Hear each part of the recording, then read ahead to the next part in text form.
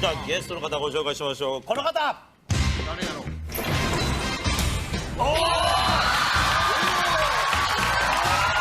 This is Tsunku. He's an award-winning big-shot musician from Osaka who is mostly known for his work in his band Sharam Q, and also found in the popular Hello Project, a conglomerate of girl bands and singers. ということで、つんくさんがプロデュースしてきたアイドルの数々、まあ、中にはあの子の写真貼ってないよなんていうのもあるかもしれませんけど、その辺はちょっと大人の事情ということで。Today's basically the Simon Cowell of Japan, so obviously, when Nintendo was making their new rhythm game, then President Satoru Iwata had two demands: that it had Happy Birthday,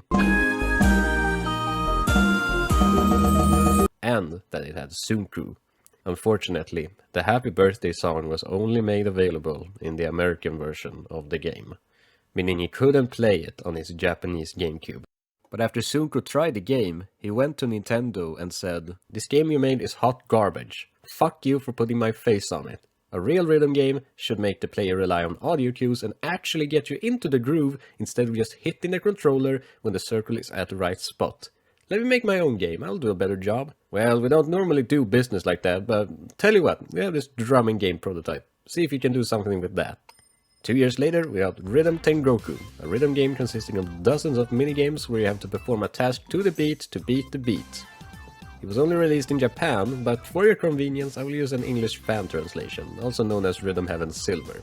This game is pure manic. Okay, so you pluck the hairs of these onion faces, right? Then you play as a green man hitting baseballs in space. And a while after that you play as a monkey fellow smacking his palm to shoot balls in the air for penguins to catch, which leads into the game where you're a rabbit bouncing on a million turtles to get to the moon, and then you tap dance with two monkeys while a giraffe gives you a 1,000-yard stare. Only the team behind WarioWare are crazy enough to come up with these concepts, and actually having them be pretty fun. My favorite has to be Tap Trial. It starts with a fade-in of this groovy piano, does some build-up, and you expect it to start with a basic tap, but that would be boring. So instead they make you do this crazy jump move, like a performer making a grand entrance. Now the music really kicks in, and you do the basic taps, get into it, and ooh, double tap. Then you do more regular taps and...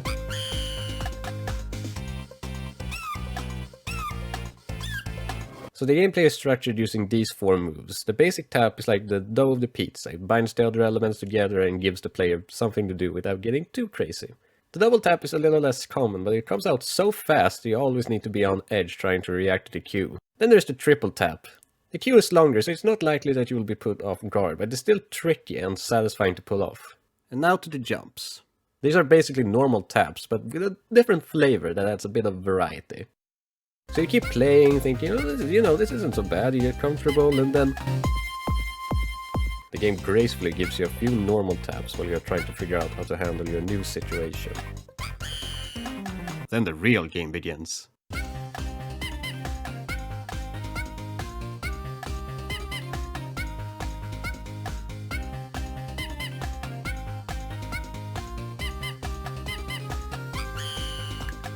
Every 6 minigames there is a remix consisting of 5 games that came before it. These are almost always a blast, even though I feel like they tend to be on the more easy side and with a lot of breathing room. Especially Remix 6, like don't go easy on us, it's the main event and the culmination of everything you've learned. Go crazy, go stupid! My favorite parts are when the remixes expands on the original games. At the end of Remix 1 you have Karate Man, right? Okay, so now in the original games you hit the pots with the hand. And sometimes you hit 2 at once, and at one point even 3. So of course, in this remix, they say, okay, now you need to hit 4.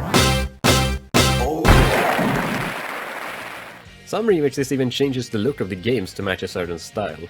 These are definitely the fan favorites, and my personal favorites of the game, and probably the remixes that the developers spent the most time on. The cues and other sound effects of the rhythm games do a good job on getting you into the music. The clapping from the Clappy Trio feels like an instrument of the song.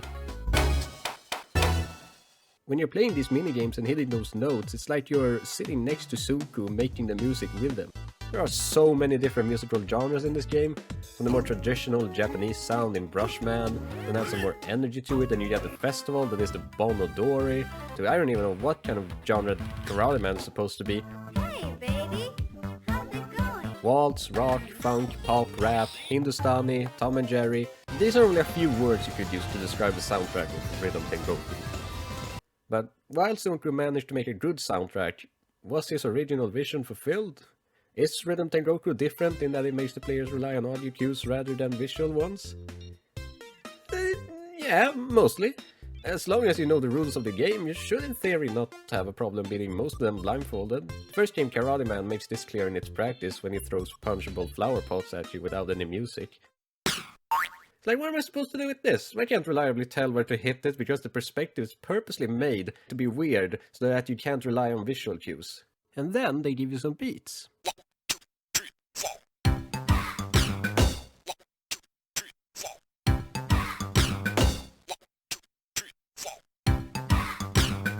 Okay, so I have to hit the flower pot on the next beat after I hear the... Now, this is just my opinion, but I think every minigame in this rhythm game should strive to be completely playable by a blind person. Someone who's blind should in theory be able to get a perfect rank on every game first try as long as they know the audio cues. Of course, no one is expected to beat every minigame perfectly on their first attempt, but I'm just saying it should be fair, not include any bogus like... The Bonodori is already a game heavily reliant on visual cues. Basically, you clap for every time someone says in the song. Now, it's fine when it's... And... Because, for one, these patterns were in the practice, but also the player gets prepared for the pan-pan by the don-don. How is a blind person expected to know there were two claps here? There's no audio cue whatsoever. Why only one clap here? Okay, that one was pretty clever. The Bon Dance, the sequel to the Bonodori, is really weird. They just introduced new patterns without any practice beforehand. Now, some rhythm games don't actually have a practice mode in them, and I get it. These games are very simple, and implementing a practice mode probably just costs a lot of money and takes up space, something that the GBA doesn't have a lot of. For these games, you could argue that their concepts are intuitive enough to not need a practice. Yeah, just tap the button to the beat. The Bon Dance is not this intuitive. Yeah, if you've really paid attention, you might notice that the yellow words, those are the pans that you clap to, are different. But first of all, a blind person still won't be able to see that, and secondly, even with perfect vision, no one is going to get on their first try. It's not just the Bonodori. This part in Remix 1 has no audio cue, there's no audio cue for when the rats in Rat Race are about to run. Although I can partially forgive this one, because the music always does the same dun, dun, dun. Well, except for the end. These ghosts take 7 until you can shoot them in the actual game, but in the remix they're in, it's just 6. I get this was done to make the game fit more with the music, but the last ghost in the remix, he suddenly is back to 7. Like, what's up with that? Tram and Pauline. I think their audio cues are different, but it's very subtle. Whatever, you can just press the D-pad and A button at the same time and guarantee a hit. The game won't penalize you. Remix 3. What is this? Wizard Waltz had a 3 out of 4 time signature, meaning it would be hard to put in a remix among games that have a standard 4 out of 4 time signature. But I honestly cannot figure out an explanation for this next part other than that it was just a mistake. You see, after this little wizard fellow drops his flower, it takes 5.5 beats before he can make it grow, right? In the original game, you have to wait 6 beats, or a full bar. It can't be that they just used a bar again except for a 4 out of 4 time signature song, because then you would only have to wait 4 beats to water the plant. So why do you need to wait 5.5 beats? I don't get it. How does this make sense? To make it fit the music? Alright, then why don't we just throw out all consistency to make whatever the heck we want? Why even have rules when you can just make remixes where all the sound effects have to line up with the notes to a T? What do you think we're playing, a sound-based rhythm game? But look, I could be completely wrong here. Please do tell me if there's a logical explanation for this anomaly. Anyway, I think a better way to have done this remix might have been to put a 3 out of 4 time signature part in the song itself, and have it alternate between that rhythm and the standard rhythm. It would be sort of like making a remix out of the Beatles song We Can Work It Out. I have to use a MIDI version of this song, or else John is going to bust through my door and steal my liver. That would be really bad. My liver helped me metabolize fats and nutrients for my body to use.